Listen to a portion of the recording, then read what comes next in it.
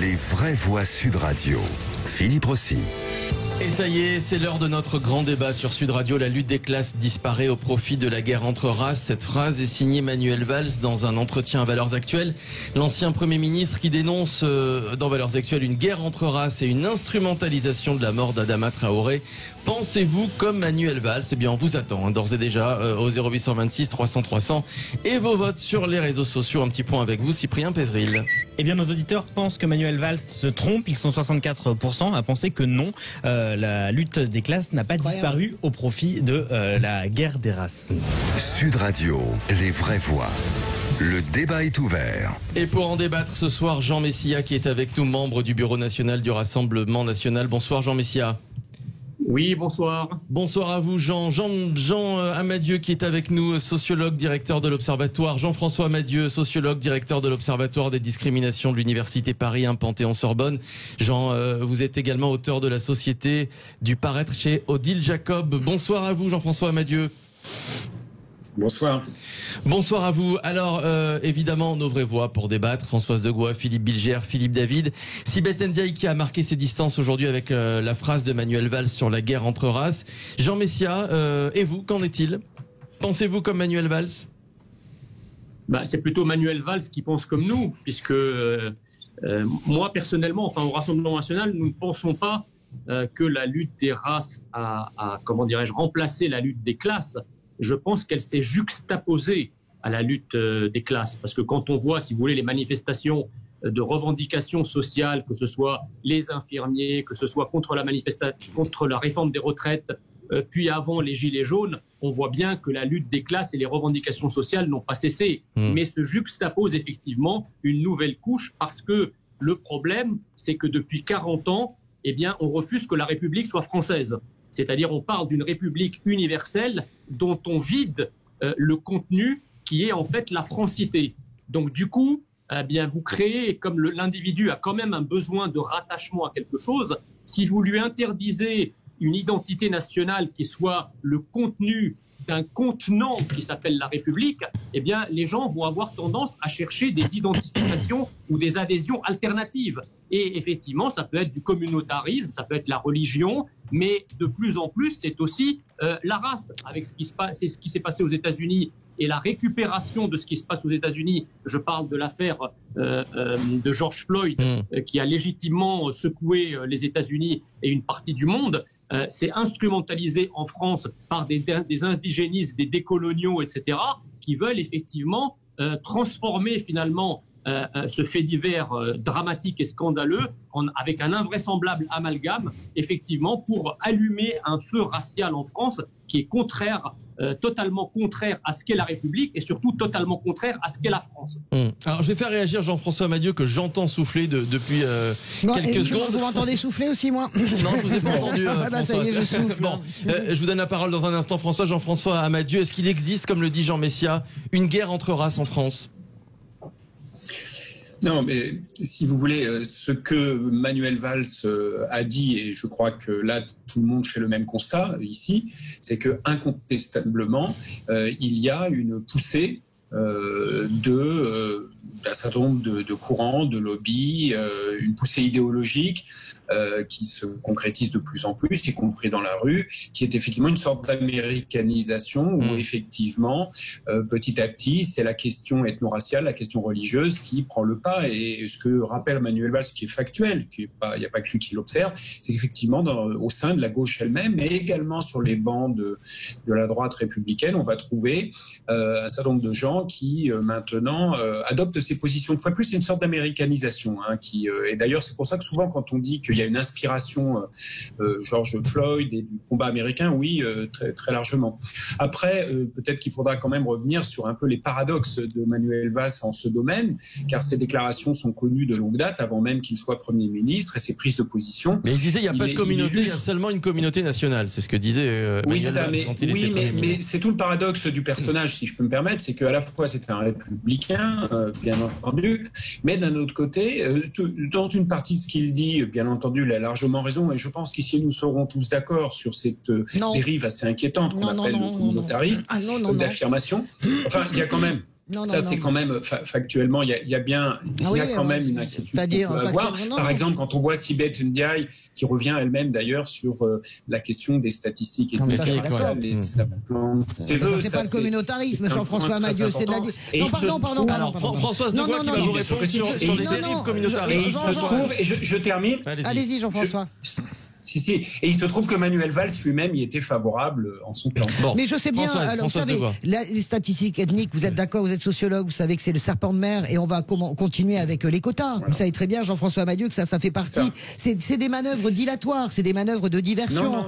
Je termine. Je suis pas du tout d'accord avec vous pour dire que la République est au bord du chaos et qu'il y a un communautarisme. Il y a des quartiers où il y a des communautarismes, mais de mon point de vue, ne voir dans les manifestations pour Justice pour Adama que la manifestation de lobby indigéniste que je condamne moi personnellement, eh bien c'est se foutre le doigt, dans l'œil. Dans cette manifestation à République et dans celle porte de Clichy, vous n'avez pas les lobbies et les ennemis de la France. Vous avez une génération qui dit et qui revendique et qui a le droit de le faire, parce que cette génération, Jean, je sais pas comment vous la cataloguer, mais ils sont aussi français que vous et moi. Je suis désolé de vous dire. Non, je termine. Cette génération-là, cette génération, elle bosse, elle en a marre d'être contrôlée 20 fois plus que les autres, elle en a marre de pas pouvoir réussir sur le CV, elle en a marre de pas pouvoir louer des appartements, et cette génération, on doit l'entendre. Et je ne crois pas, et je termine, pardon, après je me tais, mais je ne crois pas, c'est possible. Oui, c'est tout à fait possible, de la part de gros bavards comme vous, c'est pareil, je ne crois absolument pas que nous soyons dans un chaos communautaire. Et alors, la lutte des races. C'est pas ce qu'on a dit non plus. La lutte des races. Emmanuel Valls parlant de race. Mais arrêtez avec ça. Il y a une seule race, ça s'appelle. C'est insupportable. C'est insupportable. Philippe Bilger, on va vous entendre dans un instant. Juste avant, allez-y, Jean Messillage, vous voulez répondre à Françoise Degois? Ceux qui ont commencé à parler de race, c'est certainement pas les Français ou les responsables politiques. Ceux qui ont commencé à parler de race, ce sont justement les groupes décoloniaux et indigénistes. Le mot racisé, par exemple, existe depuis déjà 2 ou 3 ans, si vous voulez. Donc c'est pas nous qui parlons de race. C'est pas le Front National qui parle des races et de la préférence nationale. Non mais honnêtement, Jean, vous n'allez pas refaire l'histoire quand même avec le Front National. Ça c'est la première chose. Et nous avons en France, effectivement, des gens qui, parce que nous avons cassé la France, parce que nos élites ont cassé la France, parce que nos élites ont cassé l'identité française et le modèle assimilationniste français, eh bien nous avons, nourri des identités qui s'imaginent que simplement parce qu'on est noir ou parce qu'on est arabe ou parce qu'on est de couleur, on a comme ça droit à des prébendes. Non. C'est pas qu'on n'a pas le droit, mais c'est qu'on ne doit pas subir la discrimination. Mais enfin, Jean. La France, c'est une méritocratie républicaine. Je m'y suis plié. Oui, mais moi et ma famille et mon père. Vous avez de la chance, vous, Jean. Voilà. Mais il y a plein de gens qui n'ont pas votre chance. Comme des générations d'immigrés avant moi. On s'est plié à l'exigence du modèle assimilationniste. On a fini par devenir français, pas seulement de papier, mais d'identité. Mais effectivement, avec la massification de l'immigration, l'assimilation n'est plus possible. Donc, ce qu'on fait, c'est qu'on détruit le creuset identitaire français pour permettre d'assimiler des peuples. Mais c'est quoi le creuset identitaire français? C'est quoi? Vous le définissez comment, Jean? Mais François, c'est... Mais dites-moi, qu'est-ce que c'est le creuset identitaire français? Alors j'attends, parce que j'adore cette histoire. Non, il n'y a rien. Je suis aussi républicaine que vous. Je suis une grande républicaine. Et la République... Mais oui, c'est problématique que vous ayez ce genre de propos, Jean. Ça ne m'étonne pas de vous, mais bon... On n'a pas entendu Philippe Bilger. Allez-y, Jean Messia, quelques secondes. Juste un mot. C'est très problématique que vous posiez la question de savoir qu'est-ce que... Donnez-moi votre définition du creuset identitaire.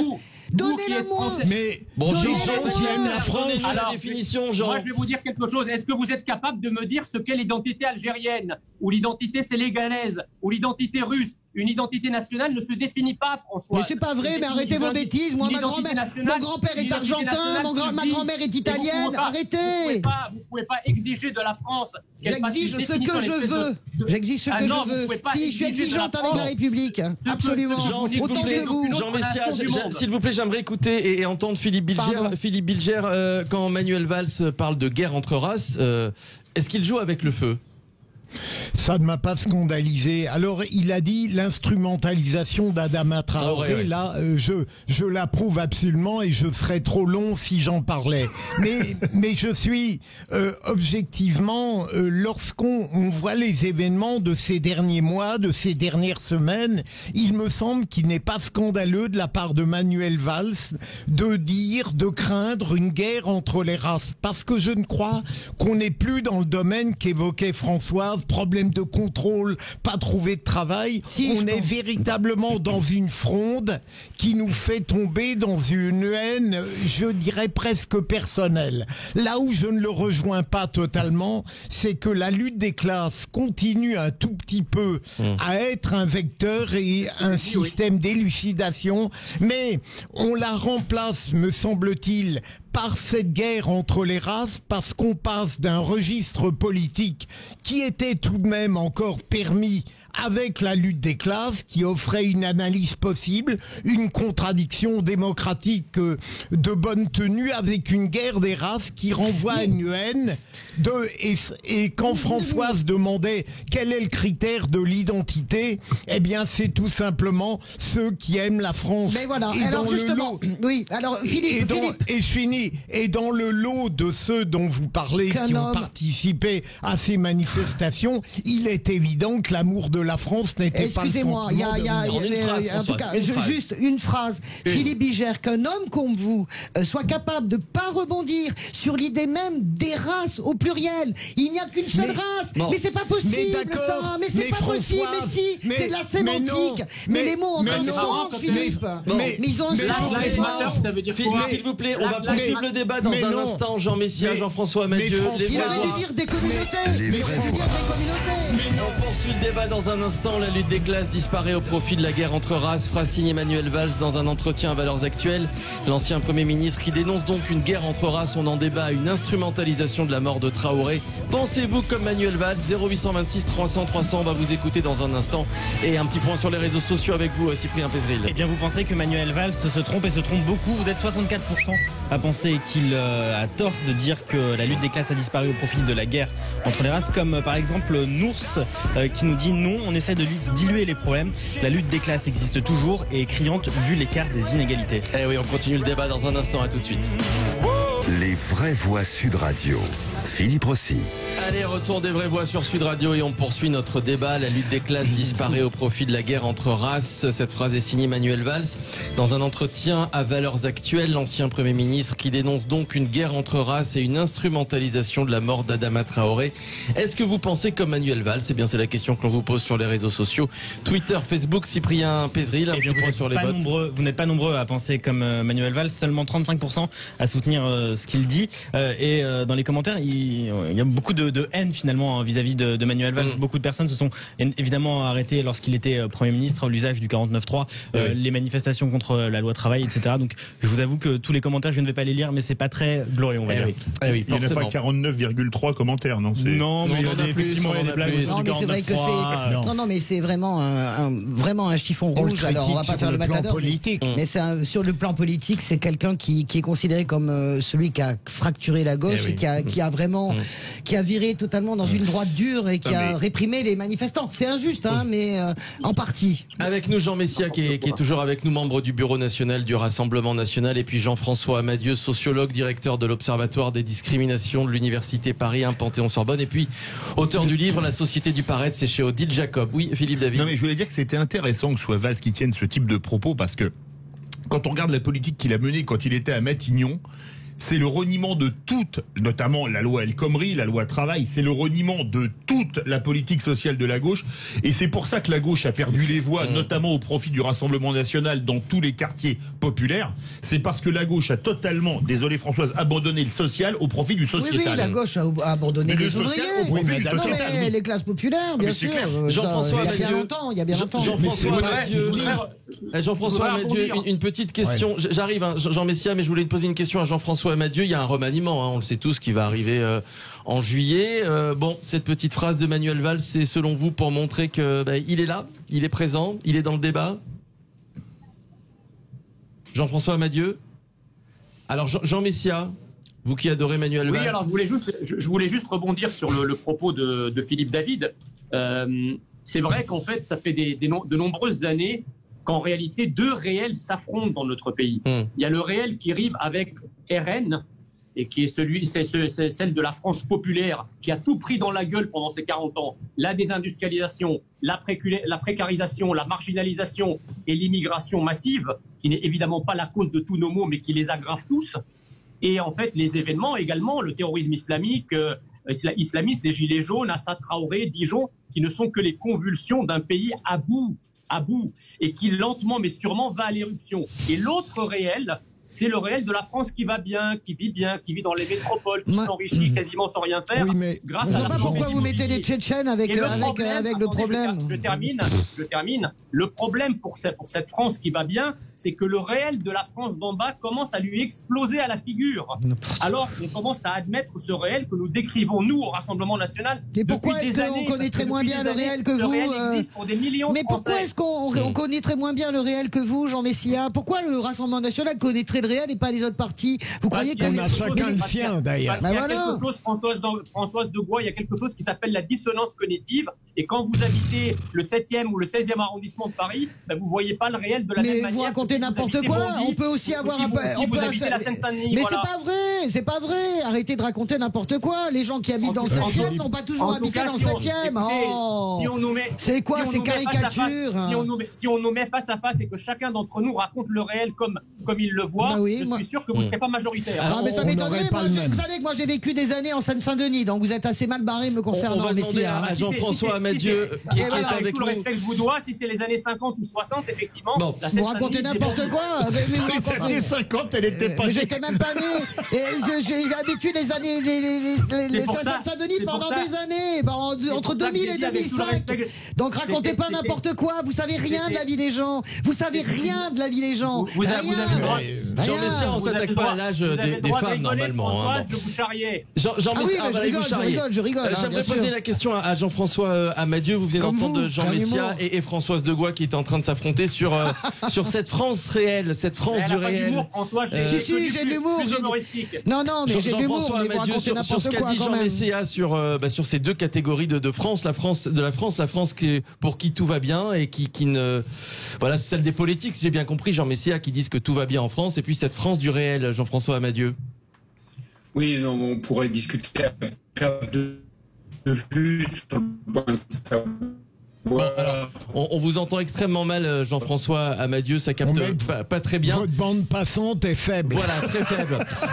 Il faut débrancher la box et la rebrancher. C'est ce que j'ai lu. Non, mais sinon, il faut faire du tel, là. Voilà. Non, alors, j'aimerais entendre Philippe Bilger là-dessus, oui. Mais Philippe, pour revenir à la phrase de Manuel Valls elle-même, évidemment, lui, il souhaite une seule communauté, la communauté nationale. Et il est évident que lorsqu'il parle de cette guerre entre les races, j'entends bien qu'il ne faudrait plus parler de race, mais j'ai l'impression le concept revient en permanence dans le débat public. C'est vrai, tout simplement à cause de l'opposition de ceux qui n'acceptent pas naturellement le racisme, l'antisémitisme. Julien de Normandie veut supprimer le mot race dans la Constitution. Et vous en pensez quoi, vous, Philippe, par exemple? Moi, je serais assez d'accord pour qu'on le supprime, en fait. Et qu'est-ce que vous en pensez? C'est un vrai débat, il reviendra. Mais il reviendra. Mais Jean Messia, par exemple, vous seriez d'accord pour supprimer le mot race dans la Constitution? C'est un vrai débat. Il y a le même. Mais attendez, vous savez, si supprimer un mot revenait à non, mais j'ai bien compris. Non, mais Jean, on est d'accord que c'est symbolique, Jean Messia. Non, à ce moment-là. C'est comme si vous disiez on va supprimer le mot chômage du dictionnaire et le chômage va disparaître. Mais pourquoi est-ce que vous caricaturez? Mais c'est idiot votre réponse, parce qu'on sait très bien. C'est aussi idiot que ce que vous dites, François. Non, je vous pose la question. Je vous pose la question, est-ce que c'est pas important symboliquement de le supprimer? Comme ça vous permettrait à vous de ne plus pouvoir l'utiliser, par exemple. Je trouve ça pas mal. Mais attendez, je vous taquine. Vous n'avez pas d'humour. Ceux qui utilisent le plus le mot race, c'est les indigénistes. Vous n'avez pas d'humour. Et Jean-Marie Le Pen. Jean Messia, allez-y.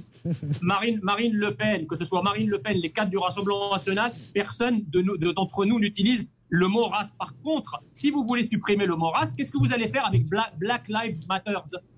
C'est-à-dire Je ne comprends pas la question, là. Black Lives Matter, c'est quoi? C'est les Noirs en droit de vivre, oui. Les Noirs, c'est quoi? Bah, c'est une origine Alors, vous allez supprimer ethnique. Black Lives Matter, parce que jusqu'à nouvel ordre, il n'y a pas White Lives Matter pour l'instant. Oh Qu'est-ce que vous là allez là, faire ça y est, c'est parti sur les White Lives Voilà. Matter. Ça y est, on va partir sur le racisme anti-blanc dans 2 minutes, Alors, je sens. Jean, Oh là là là là. la bonne nouvelle, Donc, c'est que on a retrouvé. il faut faire attention à ce que vous dites, parce qu'en fait, le mot race, ce ne sont plus les sociétés occidentales ou occidentalisées qui l'emploient. Le mot race est une rémanence de groupes racialisés qui entendent justement remettre la race, alors qu'en Occident, le mot, en tout cas la réalité des races, a disparu. C'est pas Allez. l'Occident qui le remet en place. Bien sûr, c'est jamais Jean-Marie Le Pen, c'est jamais le Rassemblement National. Et indigénistes qui le mettent en place. on a récupéré Jean-François Amadieu, qui avait des petits problèmes de connexion.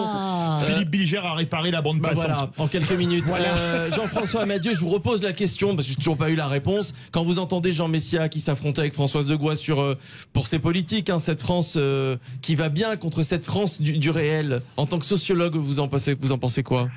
Non, mais il est certain qu'il y ait une méconnaissance d'un certain nombre de problèmes qui peuvent exister. Si on pense à toute cette période des Gilets jaunes, a permis de révéler des problèmes qui avaient pu être négligés. Bon, c'est évident. C'est absolument évident. Je voudrais revenir sur votre débat actuel sur l'opportunité ou pas de conserver le terme de race dans la Constitution.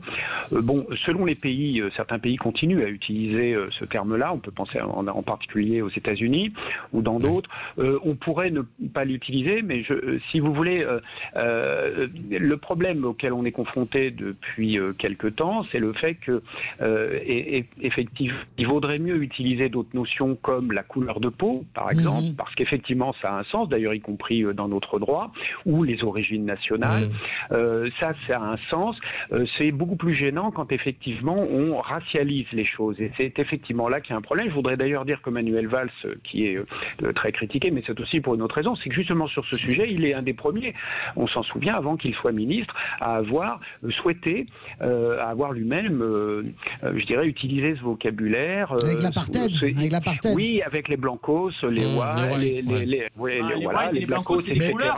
C'était lui. Et je rappelle qu'à l'époque, il avait signé un texte avec un parlementaire de...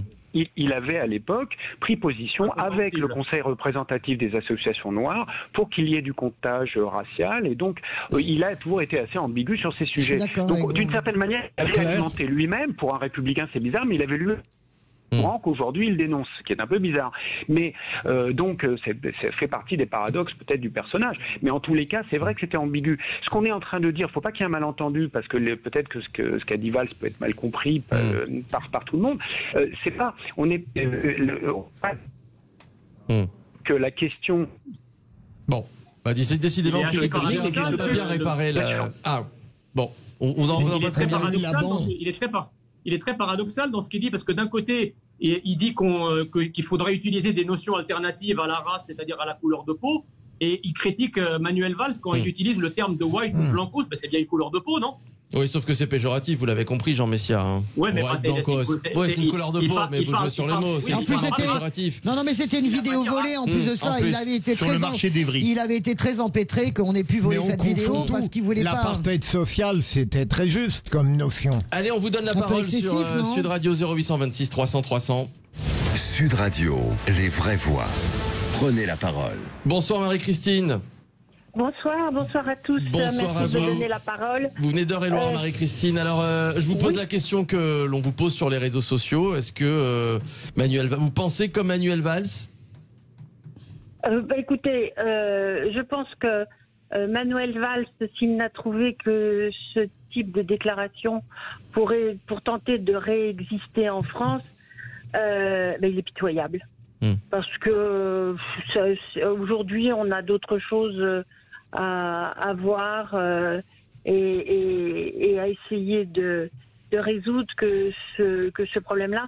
Cela dit, s'il pense que ça n'existe plus, je pense qu'il devrait aller voir sur les ronds-points, parce que les gilets jaunes qui justement défendent leurs conditions recommence déjà à être en place. Donc, je pense que Manuel Valls ferait mieux de rester en Espagne. Nous, on n'en a pas besoin. Alors justement, je rebondis sur ce que vous dites, Marie-Christine. Il y a un remaniement, je le disais tout à l'heure, qui va arriver en juillet. Tiens, Philippe Bilger, est-ce que vous pensez que c'est une façon pour Manuel Valls de revenir dans le débat national, de faire un petit coucou à Emmanuel Macron, par exemple, pour dire coucou, je suis là? Je ne crois pas à Philippe dans la mesure où il avait déjà eu quelques opinions, quelques convictions. Certes, il a fait des allers-retours, mais qui n'y ont pas trop réussi en Espagne. Non. Et puis apparemment, d'après ce que j'ai lu, Emmanuel Macron aurait dit il n'est plus question de Valls au gouvernement. Donc je crois qu'on ne peut pas se priver de la pensée aussi équivoque qu'elle soit d'un homme comme lui, mais je ne le vois pas revenir au gouvernement. Alors Philippe David, je crois que appeler Valls au gouvernement, ce serait suicidaire pour Emmanuel Macron. Ce serait suicidaire. Vous savez, je pense que d'avoir pris Castaner, oui, il s'appelle comme ça. C'est tout aussi suicidaire. Et puis, sans parler de si bête et qu'on sort. Hein. Oui, mais alors le problème, c'est que quand on voit que Valls, alors il pourrait reprendre Beauvau, comme il y a déjà été, mais il y en a certains qui parlent même éventuellement de Raffarin à Matignon. Là, imaginez, vous mettez Raffarin à Matignon. Certains bruits couraient il n'y a pas très longtemps. On imagine Raffarin et Valls, c'est vraiment un nouveau monde. Vous pouvez rappeler aux Français qui est Raffarin, parce qu'on a oublié. En tout cas, ce qui est sûr, c'est que je suis d'accord avec ce que dit Philippe Bilger sur le fait que Emmanuel Macron oppose un niet formel parce qu'ils se haient en fait tous les deux. Ils se haient à cause des lois travail. Non, mais ils se détestent à titre personnel. Ils se haïssent, oui, bien sûr. Ils se haïssent à titre vraiment personnel. Et donc, mais par contre, évidemment que Manuel Valls va essayer jusqu'au bout de rentrer au gouvernement. Jusqu'au bout. Même si c'est pas Beauvau, il va essayer les affaires étrangères. Il a ses amis qui travaillent. Macron est extrêmement sensible au réseau DSK qui porte Manuel Valls. Donc, je n'ai pas dit que je pense que il pourrait très bien le faire parce que de toute façon, il a un problème de ressources humaines, Emmanuel Macron. C'est très compliqué. Voilà. Je peux réagir. J'ai pas dit que c'était une bonne idée. Je pense que c'est catastrophique. Il n'y a pas pire pour hystériser le débat français que Manuel Valls. Non, mais Raffarin, c'est pire. Ah oui, ça, je suis d'accord. Oui, c'est vrai. Attendez, Jean Messia, je vous donne la parole dans un instant. Juste un mot de Cyprien Pézeril. Pour rebondir sur ce que vous disiez, Françoise Degois, quand dans l'interview dans Valeurs Actuelles, donc qui sort demain, on lui pose justement la question à Manuel Valls et il dit pas non. Il dit je ne demande rien, je reste attentif à ce qui se passe en France. Je reste attentif. Tous les jours, il envoie des textos, à Macron, à tout le monde pour dire je suis là, je suis disponible. Il envoie des bouteilles à la mer. Eh oui, Jean Messia. Alors, en fait, comme vous le savez tous, c'est effectivement Macron, le président de la République, qui nomme le Premier ministre et les ministres. Pourquoi Macron pourrait nommer Manuel Valls? Parce que quand on voit la phraséologie, l'évolution de la phraséologie, l'évolution sémantique d'Emmanuel Macron depuis un certain nombre de mois, subitement, Emmanuel Macron, qui n'en parlait jamais, parle de souveraineté, d'indépendance nationale, de séparatisme, de séparatisme, exactement, de communautarisme. C'est pour ça que je pense que c'est pas farfelu. Il y a une vraie évolution sémantique de Emmanuel Macron. Pourquoi il y a une évolution sémantique? Parce qu'il sent bien que le diagnostic que fait le Rassemblement national de la situation en France est le bon. Et donc, du coup, il essaye en quelque sorte de prendre les chevaux gagnants, les chevaux des mots, et pourquoi pas les chevaux, passez-moi l'expression, humains, c'est-à-dire la ressource humaine qui colle bien, avec ce discours. Quand vous voyez des chaînes comme CNews, par exemple, qui donnent la parole à des personnes qui effectivement perçoivent le réel comme nous le percevons, comme le perçoivent une majorité de Français, c'est très suivi. Donc le pays a une attente vis-à-vis de ça. Donc je pense que stratégiquement, Emmanuel Macron pourrait effectivement nommer Manuel Valls à un poste pour essayer de nous couper l'herbe sous le pied, mais ça ne marchera pas parce que les Français préféreront toujours l'original à la copie. Jean-François Amadieu, pour terminer avec vous, Jean-François Amadieu, sociologue, quand vous voyez tout ça, tout ce qui se passe dans ce pays, en ce moment, toute la violence, sociologiquement parlant, comment vous analysez tout ça? Est-ce que ce sont des épisodes qui vont et qui reviennent comme ça, ou est-ce que vraiment vous constatez qu'il y a un vrai tournant qui est en train de se faire en France? Ah, on a perdu Jean-François Amadieu. Alors je vais poser la question par exemple à Philippe David ou Philippe Bilger. Philippe Bilger, qu'est-ce que vous en pensez, vous? Non, je ne suis pas persuadé que Jean Messia Je ne suis pas persuadé que Jean Messia ait raison. Il est évident, le président de la République a fait un virage absolu, tout simplement parce que il a compris qu'il ne pouvait pas faire autrement, au moins sur le plan théorique. Mais au fond, ça n'est pas parce qu'il veut joindre ou poursuivre le Rassemblement national, c'est que tout simplement, il est assez intelligent et lucide aujourd'hui pour comprendre qu'il y a une France qui est confrontée à des problèmes absolument dramatique et le Rassemblement national n'en est pas le seul porteur. Mais en écoutant ce débat, voilà. En écoutant ce débat, je me dis que je verrais franchement bien Françoise Degois du côté de la place Beauvau et Philippe Bilger garde des Sceaux. Ah, j'adorerais. Parce que ça, c'est mon petit... Non, mais on s'engueulerait pas. C'est mon petit côté ordre juste de Ségolène. Je dis pas qu'on mettrait le pays en coupe réglée, Bilger. Belloubet ou Castaner s'entendent à la perfection. Merci à vous, merci Jean Messia, membre du bureau national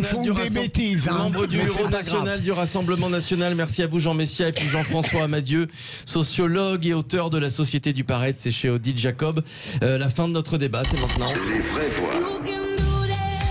La lutte des classes disparaît au profit de la guerre entre races, phrase signée Manuel Valls dans un entretien à Valeurs Actuelles. Score final sur les réseaux sociaux, Cyprien Pézril. Eh bien non, Manuel Valls a tort, 64% à le penser de nos auditeurs. Et voilà, ça n'a pas bougé depuis le début. On va se retrouver dans quelques instants pour les rôles d'info, on va jouer ensemble.